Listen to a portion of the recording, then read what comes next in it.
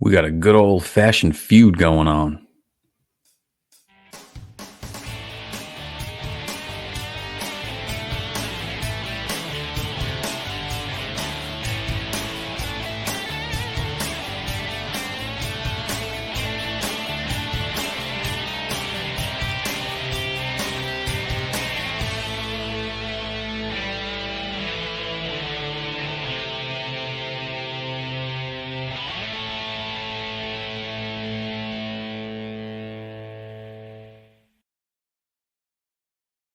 What is up, everybody? Welcome to the show.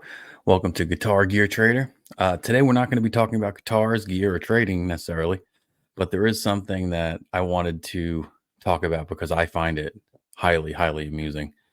If any of you are like me and watch a lot of guitar YouTube videos, you must if you're watching this video.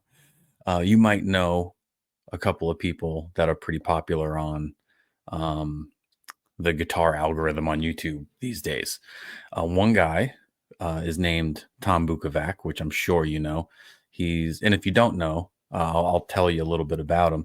But he's a real famous Nashville session guitar player, and as of recently, he has been having a YouTube online feud with another YouTuber named Voyxu. I don't know how to say this guy's name, so I apologize if I'm saying that name wrong. I don't think that's his actual name. He doesn't look like a Voizu, but that's his handle is Voyxu. So let me bring this up just to give you some context. So this is the YouTube channel that kind of started if a little feud with people of who are lovers of very, very old Les Pauls. So let's let me put it out there. I'm not picking a side at all. I just find this whole thing extremely amusing. So this channel, Voyxu, I'm going to say Voizu. I think that's how you might pronounce that, right? Um, it's not a it's not an enormous channel, but it showed up on my feed one day. I don't know how or why. And I clicked on clicked on one of these videos, and I thoroughly enjoyed the video. The production quality is, it's not going to blow your socks off. It's like mine. It's not going to, it's pretty rudimentary, at home studio guy. And I don't know what video came up first on my feed, but in the past, excuse me, in the past 2 weeks, this channel has gotten a lot of traction. So he's been around a while. He's been around. I don't know if it tells you when he joined. He joined in 2017. And you could see that the views from months ago aren't great. He's starting out, trying to get traction on his YouTube channel. But then about 2 weeks ago, 3.6 thousand views, 3.5 thousand views, 4.5 thousand views, 5.5 thousand views, 8,000 views, 6,000 views. Now, again, this amount of views isn't crazy, right? You go to other music channels. You go to Trogley. I don't know if you guys follow Trogley at all. We can type Trogley, and if you don't follow Trogley, you should, because Trogley's great, and Trogley's one of the people that kind of was motivation for me to start a channel. Here's Trogley's newest. This was up 7 hours ago, and he's at 17,000 views already. So a lot, So this guy's channel is growing. It's getting there. He's got to keep this going. I find it highly amusing. So I'm just gonna click on this one because this is what it's all about. But here is Voizu up in the top right hand corner. And to me, I don't he just reminds me of Andrew Dice Clay. So every time I watch these videos of him, it's just Dice in my head talking about guitars. And so what's made him popular in the past 2 weeks is he's kind of trying to debunk the hype over 1959 Les Pauls.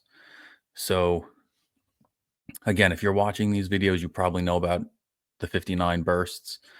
But if you don't know, I'll just give you a real, brief history of what I understand. I'm not nearly a guitar expert like some of these people on YouTube, but 1958, 1959, 1960 Les Pauls, Les Paul standards are the most sought after Les Pauls in the world because of how they sound, the workmanship, the craftsmanship of the guitars, and whatever, right? Um, they're somewhat rare because they weren't. I don't think they were necessarily, if I remember correctly, I don't think they were great sellers at the time. Um, so they didn't make a lot of them, and they actually switched to the SG style guitar that we know, like what AC/DC plays, because the Les Pauls, the traditional Les Paul body that we know, wasn't doing great. So they switched it up to the SG body, and then Les Paul himself didn't like the SG body, and it's a whole big thing. But those 1958, 59, 60s are called bursts because they have cool sunburst colors, right? It has like the red on the outside, the yellowish amber on the inside, and they call that a sunburst or heritage cherry sunburst, tobacco burst. They call them bursts, and they're very, very sought after. They have what they call patent applied for pickups or PAF pickups that they're supposed to be magic pickups, right? They're supposed to be these pickups that sound like nothing else in the world. And these guitars for many years have been lots of money.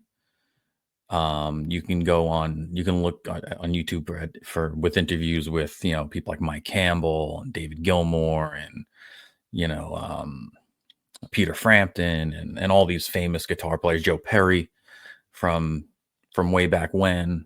And they've been talking about these guitars for many, many years. It's not a new thing that these things are expensive, but the amount of money these things cost now are insane.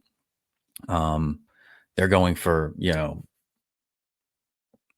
two, three, four, five, $600,000, right? So these are unattainable guitars unless you are the likes of, Joe Bonamassa and Jason Isbell and, people like that.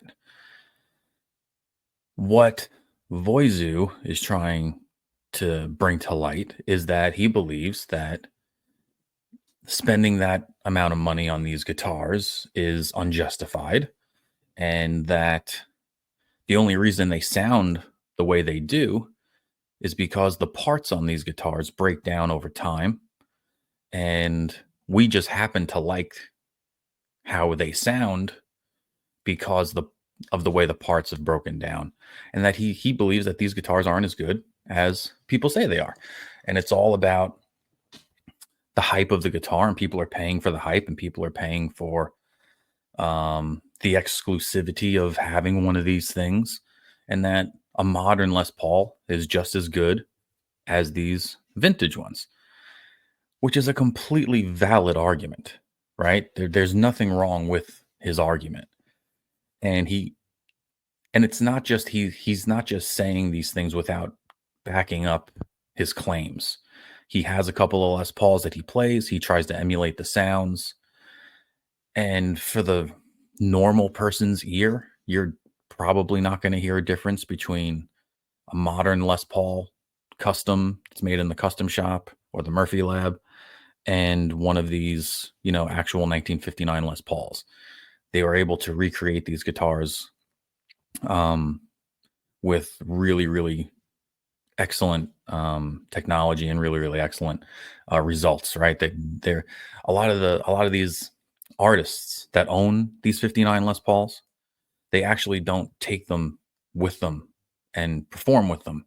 they take the clones of these guitars. So Gibson will take the actual 1959 guitar of Jason Isbell, um, and make a clone of it. Right, the guitar that Jason Isbell has is called the Red Eye, and they'll take the Red Eye, or they'll take the Greenie from Kirk Hammett, and they'll make clones of them, and then sell those clones for $8,000, $9,000, $10,000, $20,000 a piece. And the artists don't take the 59 Les Pauls out with them because those 59s are worth $500,000 and they don't want them to get damaged or broken or stolen. So they take out the clones. So they're really playing. Well, a lot of them do. I don't want to say all of them.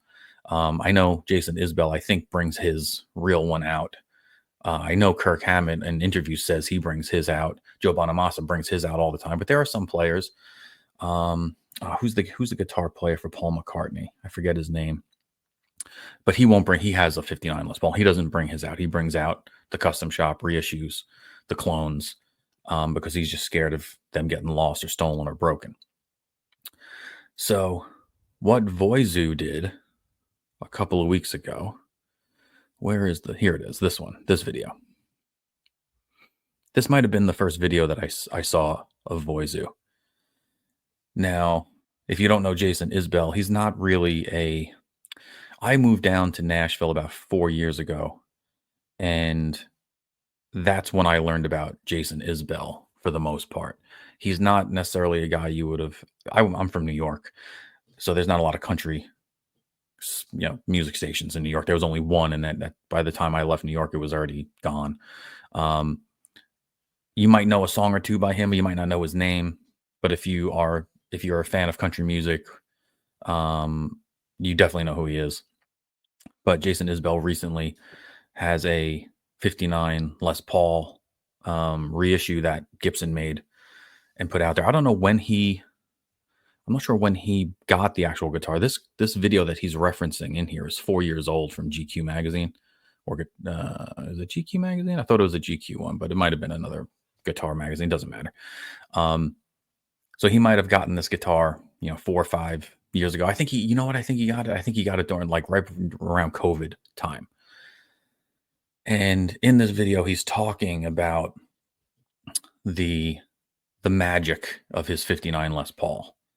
And as he's describing the magic of his 59 Les Paul, Voyxu is basically calling BS on the stuff that he's saying.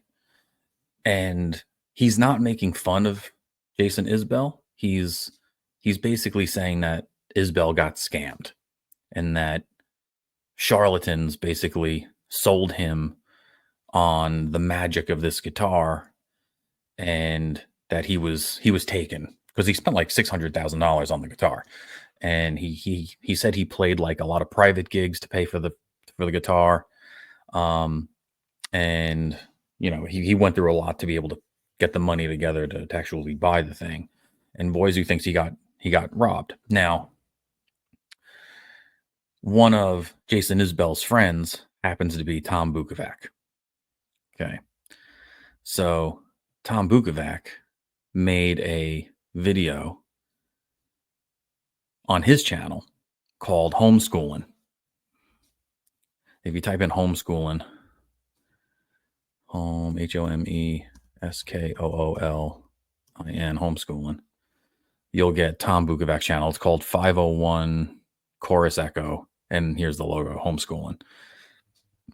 I actually want to subscribe to that because it's a good channel. Now, again, for you that don't know who Tom Bukovac is, he's pretty much the premier session musician in Nashville. He has a resume a mile long, and let me show you that real quick, because it's pretty impressive what the guy has done. So he's from Cleveland, lives in Tennessee, and these are his credits. So he's worked with Keith Urban. He's worked with, I'm just going to say the ones I know: Leanne Womack, Carrie Underwood, Rascal Flatts, Leanne Rhymes, Jessica Simpson, Kelly Clarkson, Reba McEntire,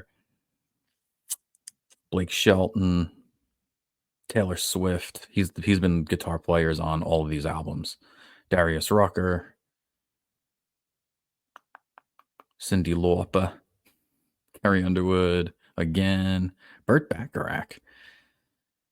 Blake Shelton, Morgan Evans, Florida Georgia Line, the Struts, the Black Keys. He was on this Petty Country album. If you haven't gotten that Petty Country album, you should get it. It's a bunch of country music stars covering Tom Petty songs. Really good. Blake Shelton, Gwen Stefani. He's also been on Morgan Wallen records. He's been on a lot of stuff. He's been on a ton of stuff. So this guy has, he has some clout. Well, Tom Bukovac decided to make a response video in response to Voyxu's, how do I say it? Displeasure of Isbell's purchase of that guitar, right? And he's, like I said, he's made a whole bunch. Like, this is like, he made How Much You Need to Smoke to actually think a 1959 Les Paul is the best guitar ever. The mental gymnastics needed to make a simple volume knob in a 1959 Les Paul Magic. This one's just, this one has hype over it. Okay, can a Les Paul traditional sound better than a 59? So he has been working hard on kind of debunking the myth of the 59 Les Paul. 1, 2, 3, 4, 5, 6, 7, 8. So he has 8 videos just about how the 59, the old bursts aren't worth it. He has lots of other videos. He has over 200 videos. So 8 of them, a very small percentage of his videos, are about, debunking the Les Paul. He has other videos of his music that he records with him or his band, has music, videos of him playing live. So there's plenty of stuff here that has nothing to do with Les Pauls, 59 Les Pauls. But as of late, these have been, catching the eye of other people. So he makes this video about Jason Isbell. Tom Bukovac watches the video, which is pretty cool, I guess, and then makes his own video kind of going back at Voyxu. And it's just funny. I would love to hear your thoughts on this, because Voyxu kind of doesn't hold anything back on Tom Bukovac. And I'm kind of surprised Tom Bukovac made a video on this in response to Voyxu. And he talks about Voyxu not having a lot of followers. He talks about Voyxu not, I don't, and again, I don't know the whole context of, because I didn't watch all of Tom Bukovac's video, but the way Voyxu makes it sound is that Bukovac says he can't play guitar. He has no skills playing guitar and this and that. I'm not sure if that's 100% accurate. It might have said it. He might not have. I didn't go back and watch the Tom Bukovac video, so I can't say 100% if he did that or not. But the way Voyxu kind of shows the clips, it shows Tom Bukovac talking about someone who doesn't have much skill. If he's actually referring to Voyxu, I'm not sure. He could have been. He might not, but he also might not have been. But it's just interesting to see, in my head, Andrew Dice Clay fighting with Tom Bukovac over the the worth or value of a 1959 Les Paul. Now, here's my humble opinion on the whole thing. So I've been fortunate enough to lately be able to afford some really cool guitars. I moved here with 2 guitars when I moved to Nashville in 2020. I lived in New York and I could barely, I was struggling. Me and my wife were struggling sometimes to pay our mortgage. So a lot of the gear that I had to get sold to make sure we had money for the 2 kids we were raising and our mortgage and everything else and all the expenses of living in New York City. I was born and raised in New York City. When we moved here to Nashville, we banked in a lot of money from selling our house in New York City. And we were able to get a nice house here and had some money left over. So I bought another guitar here and there. And then, and the 2 guitars that I came down here with were both bought for me. They were not by me. One of them was bought for me by my parents, which we'll have a video on when I graduated college. And another guitar was bought for me from my wife when we got engaged. It was like an engagement present. And from there, I have now, lots of really cool stuff. And I go through phases, and you're going to see that if you stick with me and watch my videos. But sometimes my collection is only Beatles guitars, and sometimes my collection is, as many Gibsons as I can get, or I do a lot of trading and whatever. And I have a side hustle that I do that basically funds this hobby of mine. It's not like I won the lottery or anything. I have a very blue collar job, but I have a side gig that allows me to purchase these beautiful toys that I'm very lucky to have. But I went through a phase where I wanted every guitar that I had, I wanted it to be vintage because that was like the craze at the time. And I still have like this whole wall behind me is all vintage gear. Like that entire wall is vintage guitars. But not all of my stuff is vintage because I have a wall here of custom shop Les Gibsons, and I have a bunch of guitars over here to my left that are not vintage. Um, but I understand 100% what Voyxu is saying, because I saved up a lot of money to purchase a 1980 Les Paul Custom, completely original. It had the T-top pickups, the famous T-top pickups that those 1980s Les Pauls are supposed to have, and it was really beat up and worn in and had this really cool vibe to it. And I loved the way it looked, and it played nice acoustically. And then when I got it home, I just didn't love it, and I had to sell some stuff to get the guy who I bought it from was the second owner of it, and he wanted $3,400, and there was no budging with him about it. So I had to sell a couple of things to get it. And one of the things that I sold to get it was a new Les Paul Custom in ebony, right? A new, one of the 2023. I got it from Sweetwater. It was an open box. I got it for a pretty good deal, but I lost money. Oh, well, I didn't lose money on it. It was an open box, so I bought that. I put it on the Sweetwater credit card. I got it for, I want to say 4,000 or 3,800, and brand new they go for almost five, I think. The model that I had, and I sold that. I took a hit on that, but I got enough money out of it to pay for the 1981. So it was basically like a swap. It was basically a trade, right? I paid, the money for that, and when I sold it, I used all that money to buy the new one. So I still had, for that money that I paid, I still had a 1980 Les Paul Custom, which was really cool. Then I got it home, and I just didn't like it. It was extremely heavy. Those 1980 Les Pauls weigh a ton. It had to. I never weighed it on the scale officially, but it had to be. It had to be over 11 pounds. It was the heaviest thing I've ever felt in my life, and it just didn't have the growl that I wanted to it. I wanted it to be. I wanted to sound like freaking Randy Rhoads when I plugged it in, and I had to push my amp a lot more than I had to on that new Les Paul with the brand new pickups in it. Um, and the difference between, like, I have Les Paul customs and standards, and I like the customs a lot because they have that punch and grit to them that you just don't get out of the standard. It's just a little bit extra, and it's more clear, right? A standard Les Paul, a newer Gibson Les Paul standard, has really hot pickups, but it kind of, for me, when I play, it's my style of playing, but it just sounds noisy. It doesn't sound melodic. It just sounds like a lot of fuzz and a lot of noise. But when you have a Les Paul Custom and you put the same amount of gain on it, it's dirtier, it's grittier, but you can hear all the notes a little bit better, in my opinion. And that 80s Les Paul just didn't have the punch that I wanted it to have, and I immediately regretted getting it.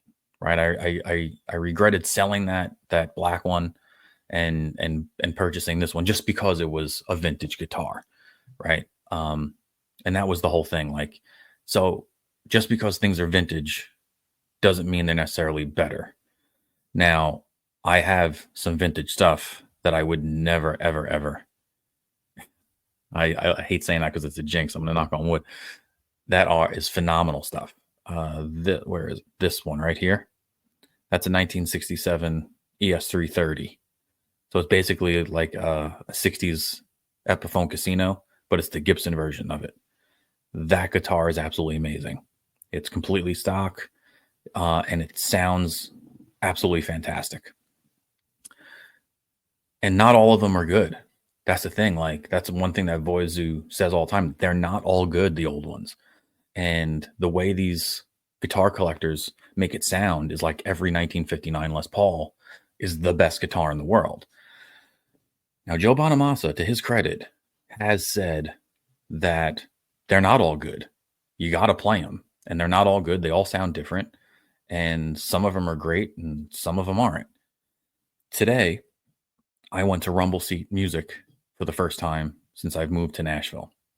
I've been to Carter's a bunch of times. I've been to Groon's, really famous guitar stores in Nashville. And today I was out with my brother and we happened to pass Rumble Seat. So I was like, oh, dude, pull into Rumble Seat. Let's check this out. I've never been in there. And I'm a big Beatles fan. You're going to find that out later on. Big Beatles fan. And I am dying for a casino. The reason I bought that is because it was the closest I thought I was going to get to a casino. Because casinos now, a vintage 60s casino is anywhere between $8,000 and $10,000 now. And when I bought that, I had to trade. I'm going to do a whole episode on that, so I don't want to spoil it. But I traded some stuff to get that, and not even close to $8,000. Kind of close, but not too close. But so I go into Rumble Seat, and there on the wall, 1966, all original, cherry red Epiphone Casino with a whammy bar on it, which is pretty cool. I don't mind that. I know it's not exactly like John Lennon's, but still really, really cool. $5,500 price tag. Couldn't believe my eyes because I was looking around other stuff and I couldn't believe that some of the prices on these things. Like Rumble Seat's a cool store, but I think their prices are a little wacky for some stuff. Some stuff was really reasonable. Some stuff was like, how are they asking this much? They had like they had a 2003 Firebird.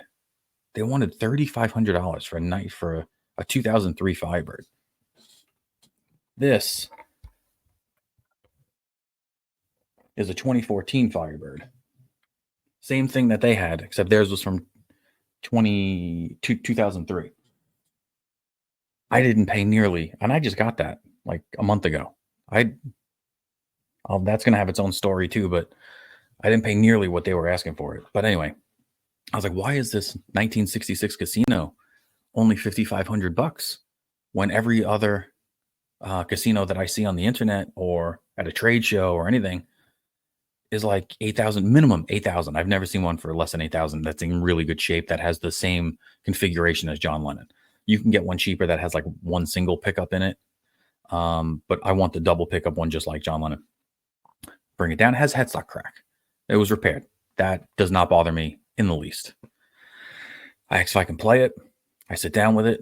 This guitar was unplayable. Like unplayable. The pickups were so hot that anything when I turned the volume up, I tried to mess with the volume knobs and the volume knobs on the amps.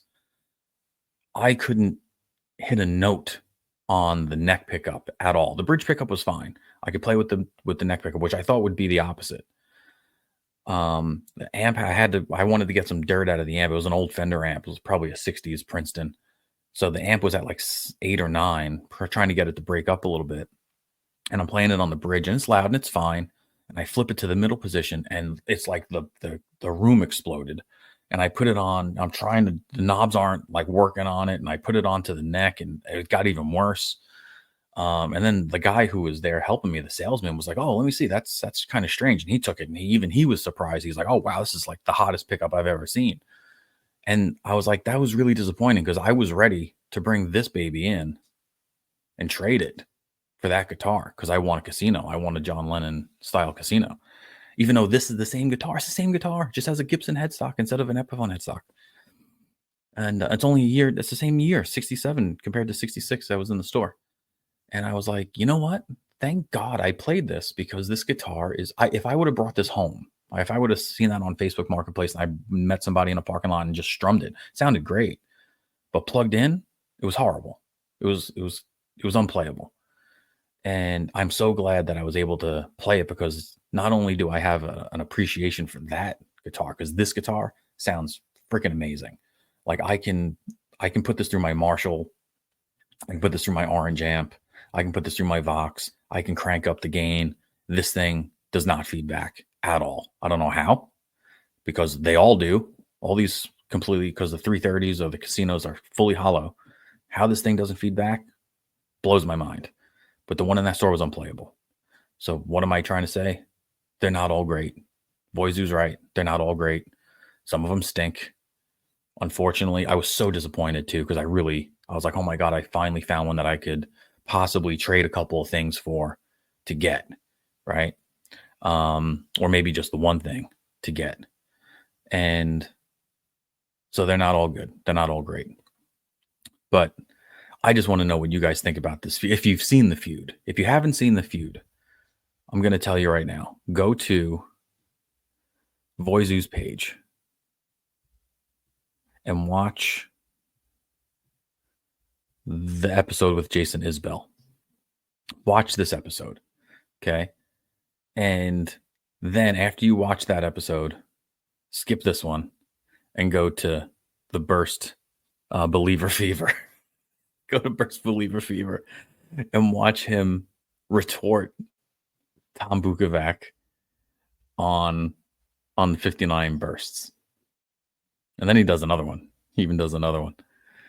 And he focuses on the humidity.